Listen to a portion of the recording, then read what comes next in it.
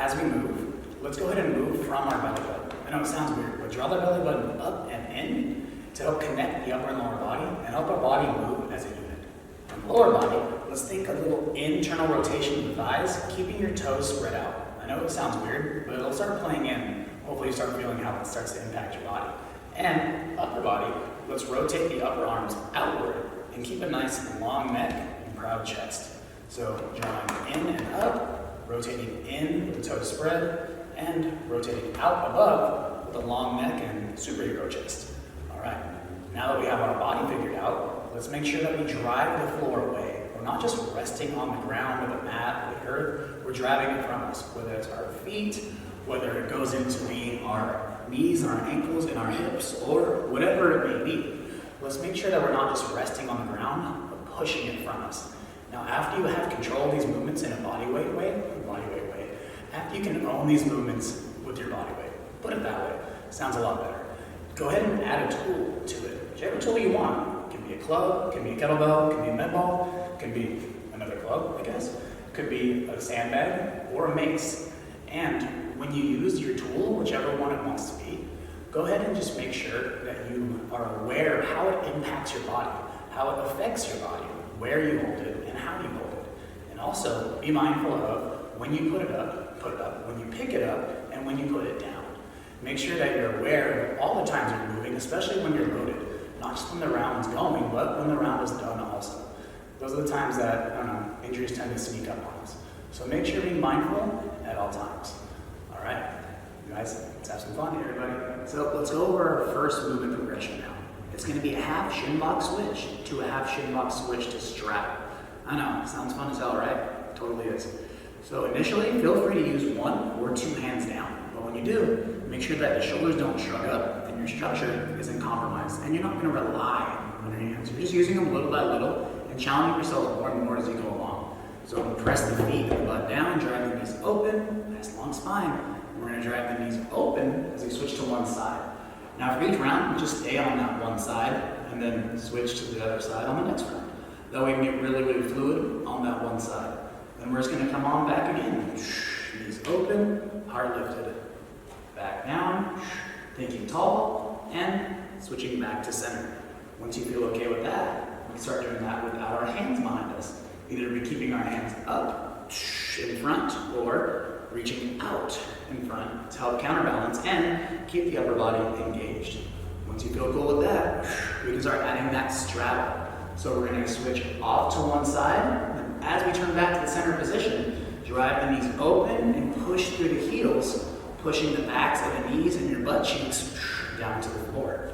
Pull, back up, switch off to that same side, and then drive those knees open as you push forward through your heels, driving the cheeks and knees down to the earth. And we get to load up with whichever ones you want for those later progressions, or whichever tools you want. So, for example, if we're going to use our med ball, mindful of how we pick it up off the ground, we're going to keep that med ball up in front, elbows pinched in, heart lifted. And same goes for whatever else we're going to be using. If we use our mace, we can have it offset on one side. The further out it goes, the more challenging it gets. Or we can even have it resting on our shoulder as we go through our movements. There are plenty of ways to hold these tools. So you decide how you want to hold them, but just be mindful of how they're going to impact your body. All right, let's go ahead and move on to the next pose. All right, y'all. Now let's go ahead and work on the seated angle rollback progression.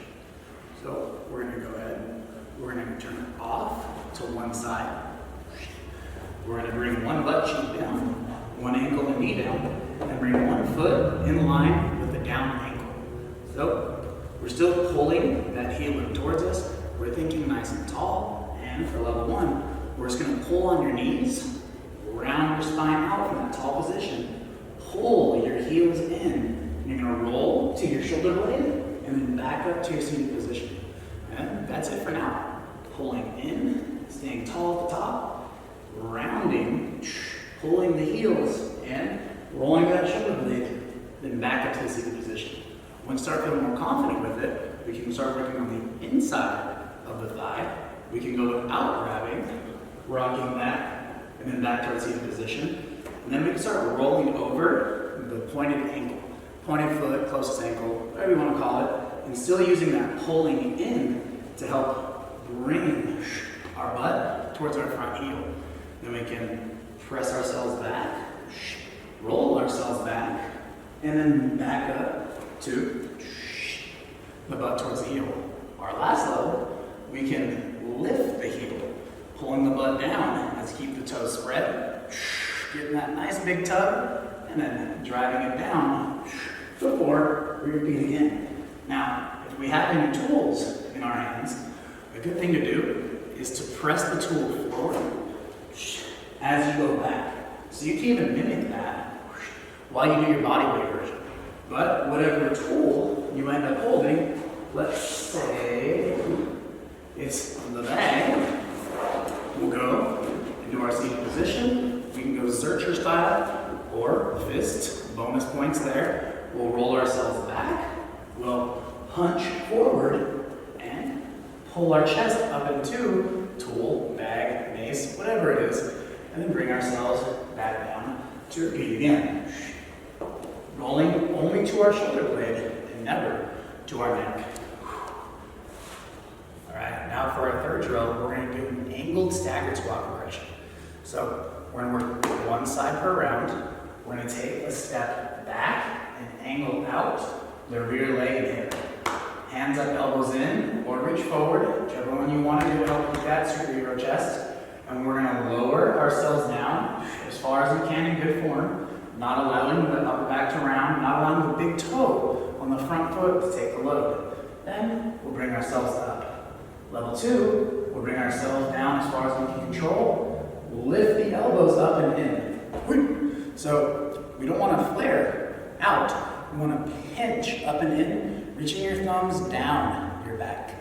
We'll pull back down, stand tall, and then repeat for the next one. Last but not least, we'll lower ourselves down. We'll lift the elbows up and in. We'll pull the heel up as we pull our butt down towards our heel.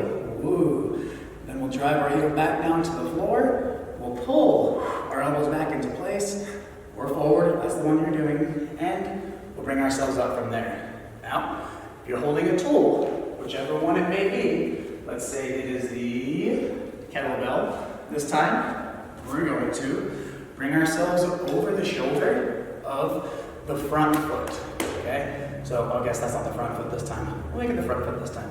So if this is my front foot, and I decide to work into anti-extension at the bottom, I want to go on the side of the front leg. Now going the other way, initially isn't wrong, but I find that it makes it a little easier to load up that more load-bearing leg first, than to load up the other leg. So go either way you want, but I think it's a little easier to go towards the front leg as you start to go around. So you decide what you want to do and play around with it. As long as you don't hurt yourself, no wrong way to do it. All right, here we go. Last but not least, we have ourselves a balance drill. I know, it's exciting. It's great holding those till the end. And we're going to go from a V-foot position.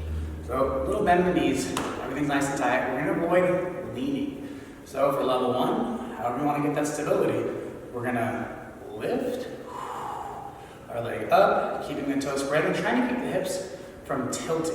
Try to keep the hips level and balanced. And we're just going to hold right there. That's it. It's good times. Level 2, we're going to add a little bit of movement. Rotating in and out. In, whoa, and out. Back and forth. I know, it gets even better. Now, once you're rotating, we can add one more thing. We can extend. Push through, lock, pull back, and then rotate as you push through and lock again. Back and forth, trying to keep the stability of the structure and the foundation. You'll find that different parts of your foot and toes are going to try to take over as your body and hip, I guess just your hip, your leg, moves through its motion. So feel out how it tries to shift and stabilize that whole time. And if you feel like adding any one of these tools to it, by all means, feel free to. One cool thing though, is that if you have one that's able to go on one side a little bit more, which realistically all of them can, try to load down the side, whoop, there we go, of the planted leg. So if we load down the side of the planted leg, it's going to help us create a little more stability through there. Realistically, it'll do the same over here also, but I find that it's a little bit easier for most to bear down and load up that planted side. Whichever one of these variations you feel. Whew, hold on, like do it. I gotta finish that sentence and then finish the last movement. Oh, there we go. All right, everybody, remember, move honestly, listen to your body, have fun, and just progress as you go along. Don't worry about getting everything done right at once. We can't move perfectly. Shit's never gonna happen. But we can always move a little bit better. So make that your goal. All right, y'all. Have fun. Here we go.